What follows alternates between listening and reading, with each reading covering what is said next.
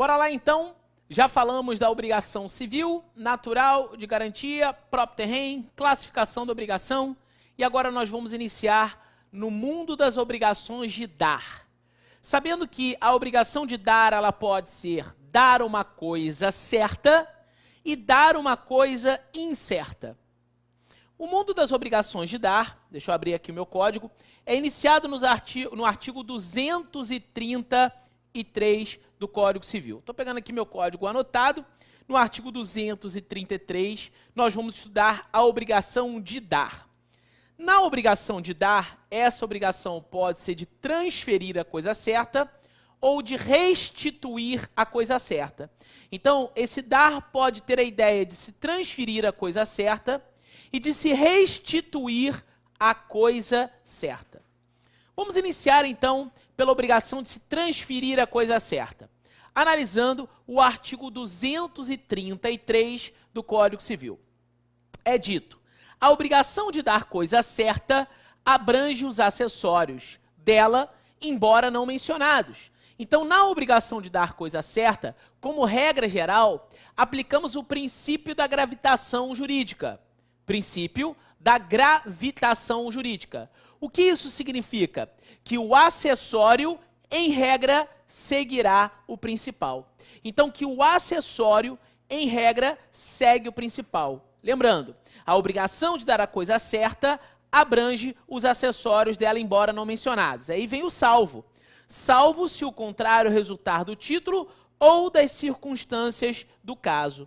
Mas, como regra geral, geramos a aplicabilidade do princípio da gravitação jurídica. A obrigação é de se transferir uma coisa certa. E aí, vale a pena você que está estudando aqui comigo, fazer uma remissão do artigo 233 para o artigo 313 do Código Civil. E por que essa remissão, Cristiano? Muito simples. Porque lá no artigo 313, eu tenho o estudo do princípio da correspondência do pagamento, ou princípio da exatidão. Princípio da correspondência do pagamento, ou também denominado como princípio da exatidão. O artigo 313 do Código Civil nos informa que o credor não é obrigado, repito, o credor não é obrigado a aceitar uma prestação diversa daquela que fora pactuada. Então vem aqui. Então o credor, ele não é obrigado a aceitar uma prestação diversa daquela que fora pactuada. E a dúvida pinta. Mas, Cris, e se o credor aceitar uma prestação diversa da que foi pactuada? Caso ele aceite uma prestação diferente daquela que foi travada com o devedor. Se o credor ele aceitar algo diverso do que foi pactuado, aí nós temos que fazer uma outra remissão para o artigo 356 do Código Civil, que é uma espécie de modalidade de pagamento indireta, chamado de dação em pagamento. Então, lá no artigo 313, fazer uma remissão para o artigo 356.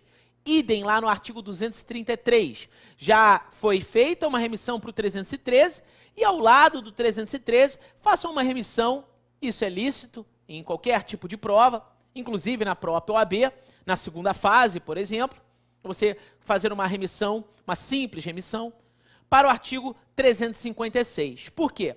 Repito, o artigo 313, ora falado aí anteriormente, diz que o credor não é obrigado a aceitar uma prestação diversa. Então, se eu pactuei entregar para o Marcelo um carro, e no dia da data da entrega, eu falo, Marcelo, eu não tenho carro, mas eu tenho uma moto no mesmo valor do carro, por exemplo, poderia ser até de outro valor, o Marcelo, é claro, ele não é obrigado a aceitar uma prestação diversa, ainda que esta prestação seja uma prestação mais valiosa. Mas se ele vier a aceitar, se ele tiver a ideia do animus solvendi, se ele vier a aceitar como credor uma prestação diversa, teremos, como dito, uma modalidade de pagamento indireto. Uma modalidade de pagamento aí, um pagamento indireto, chamado de dação em pagamento. Que significa o quê? significa a aceitação por parte do credor de uma prestação diversa daquela que fora pactuada. Então, o credor, ele aceita algo diverso daquilo que foi pactuado. É claro que na dação em pagamento, eu não crio uma nova obrigação como ocorre na novação. Eu não crio uma nova obrigação. Na dação em pagamento, eu extingo a obrigação aceitando uma prestação diversa. E ali há o ânimo solvente. É claro que deve haver, tem que haver, aceitação por parte do credor. Por parte do credor. Então, três observações iniciais de grande relevância na análise do artigo 233. Primeiro, falamos do princípio da gravitação jurídica como regra geral, que o acessório seguirá o principal, a não ser que as partes, por exemplo, pactuem de forma diversa. Pelo princípio da liberdade contratual, da liberdade de contratar, pode ser feito isso, pode ser falado isso. Ok? Pela liberdade de contratar, porque a doutrina faz a diferença entre liberdade de contratar e liberdade contratual. Isso nós vamos analisar quando estivermos estudando a teoria geral dos contratos. Então, pela liberdade de contratar, eles podem afastar essa situação do princípio da gravitação jurídica. E fiz uma remissão para o princípio da correspondência do pagamento ou o princípio da exatidão, que tem a sua forma lá no artigo 313. E também fiz mais uma remissão para o artigo 356, que é uma espécie de modalidade de pagamento indireto. Nós vamos estudar aqui no nosso módulo de obrigações os pagamentos, a modalidade de pagamento direta, indireta e as formas especiais de pagamento.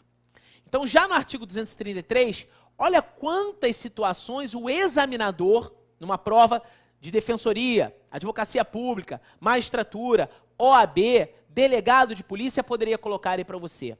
Fazendo um diálogo entre diversos artigos, ok? Diversos artigos. Lá no meu livro, no Direito Civil Sistematizado, eu coloco alguns ganchos, alguns links para vocês estudarem, porque é assim que se estuda o direito civil. Você vai linkando um ponto ao outro.